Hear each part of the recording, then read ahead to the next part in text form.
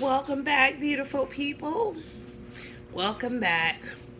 And I've been on a little roll with my YouTube videos, which is a great thing because I have a lot to say about metaphysical concepts and how they apply to our social lives, how we're relating to each other, dating. And today I want to talk about what women really want from men. Definitely, I've saw a lot of women who cannot, they just can't articulate what men can give them, what they're asking for, and what it is that they truly want from a man. So I'm going to elaborate on that today from a metaphysical perspective. Of course, I am a psychic medium, so I give you insight and information. Some of it is my opinion, but a lot of it comes from what I observe between the connection that people have with their spirit, their body, their mind. And usually people aren't wholesome these days. And so when it comes down to making a strong connection so that you can have more of a romantic relationship with a man, it's starting off good when we see that we like each other.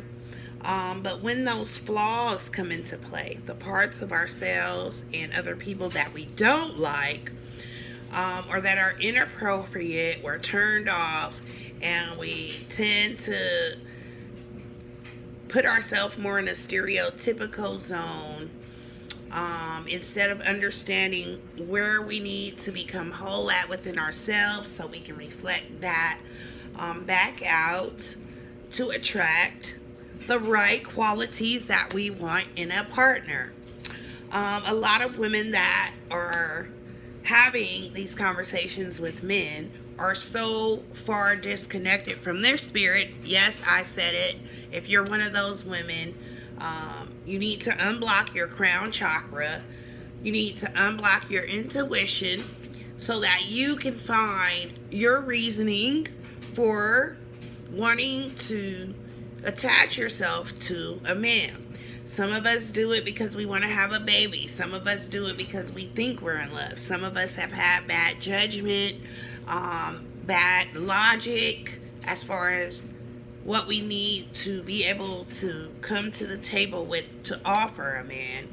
And we don't know what we want to receive in return.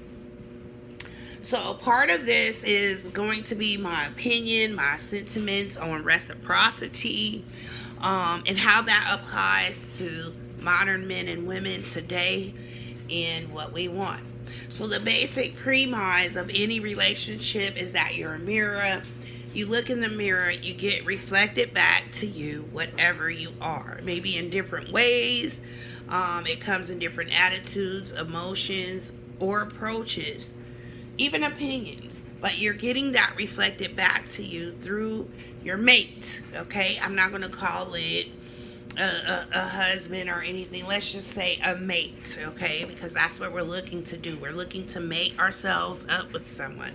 But what do we want to gain from that connection? Well, the first thing we want as women, when it comes to reciprocity, we want you to be able to give us back what it is you are asking for. So if you ask for something from us, even though we're playing a role in your life, we want to know that we ourselves can receive that back. Sometimes men also want to see that reciprocity given to them in different ways. When they are putting out money or time, they want us to do things that shows we can give some of that energy back, but maybe in a different way. So women want the same thing. We want reciprocity, but we want you to still set the standard. So whatever it is that you're asking us for, you need to be willing to give it. It's plain and simple as that. Um, some men want freedom to, be in a relationship, but to be open with themselves and be able to offer themselves up to other people. Well, can you give that to a woman in return and really feel good and confident about that? Most men cannot, and that's why women cheating is a big problem. So when you think of things that you want to ask your mate or your partner for, whether it be now or in the future, always ask yourself, would I be willing to give that? And if you're not willing to give that, you can't ask anyone else to be willing to give it. That's very hypocritical. And reciprocity is one of the energetic exchanges that, when it doesn't happen, it fuels this talk about narcissism. Because narcissism is like, it has some behavior traits where you're taking as a way to support yourself, to keep yourself feeling good, to get any type of resources that you need without giving anything back that's valuable to the other person. Or in that taking, you don't show that person that you value what it is that they're giving. So the lack of reciprocity coming from men has fueled narcissism. There are some women who has we won't say narcissism, but let's just say narcissistic behaviors. And there are women who have some narcissistic behaviors as well. But the majority of narcissism is fed, influenced, bred from a lack of reciprocity. I would say that men lead in this, and the reason why is because we do have so many single parents, and we have the child support system. So it's to get reciprocity from men when you have children, it's really, really hard. And it doesn't always take a fight over the kids, but just knowing that you can make an agreement with that person and have that person observe that they want to give just as much to the children and to their well-being and to your well-being now that you have these children, as you would give. Okay, so that's the first thing women want. The second thing women want is for men to be able to reason. Listen to their reasoning. So if they see something happening, we're going down, a path that's kind of inappropriate or incorrect, and they have some concerns about it, they want you to listen to those concerns. Or maybe they see something coming down the line that we can work on now and improve, okay? Or a certain attitude or behavior is causing some type of disconnect. Women want men to listen to their perspective and their reasoning. It's not that you guys always have to choose the way that we want to do things, but you need to include our influence in your choices, okay? So women do want you to be able to give time and attention to listen, okay? To hear out their concerns and to understand why it is they're trying to reason with you. Even if you don't understand their complete reasoning, but just the fact that you listen and give it time and attention shows that you care and you value their mind, okay? Another thing that women want is for you to, or for men, we want men to be able to show us proof of why we should listen to them. And how do they do that? They do that by showing their creative and problem solving ability and how they make decisions. If you see that a man is careless, if you see that, he hasn't been able to create a stable environment, if you see that a man is being hypocritical and requiring things that he himself can't make an example of, you tend to be like, okay, you're really cool, you're a cool person, but why should I listen to you on this matter? And usually a man has already proven the things that you can listen to him on. So a woman generally makes up in her mind somewhere around like the first 3 months what she needs to make a decision about. And if she's already been making a decision about those things, it's going to be hard to influence her to kind of accept why she should listen to you if there's no proof that she should listen to you. Men are taking that as being uncooperative or being unsubmissive. But really, that's just saying, okay, give me a reason. I don't have a reason. And if I don't have a reason, why are you expecting me to do this? It's unrealistic expectations. We have unrealistic expectations of them as well. And on other videos and on other platforms, you can hear that all day long. But those women that are calling those platforms and they can't answer these questions like, what do women really want? Why do we want men who make more money, or they're stronger, or they're taller? They're making us look like really superficial, disconnected, and just kind of dingy and out of touch with reality, okay? And that's where those unrealistic expectations come from. But men have unrealistic expectations that we're supposed to submit, listen to them, or allow them to lead in areas where they haven't proven in the past that they've been able to lead. Intuitively, okay, we kind of see that and know that, and we can look at the bigger picture and kind of know where that's heading. And so a lot of women try to fix that and soothe those viewpoints by trying to change the way the man is doing things. But sometimes it's a little too late for that once you've already accepted the way that a man has been doing things. And so I'm not going to make this video too long. But if men can lead in their problem solving and creative ability by proving their track record, you won't be challenged by women at all. So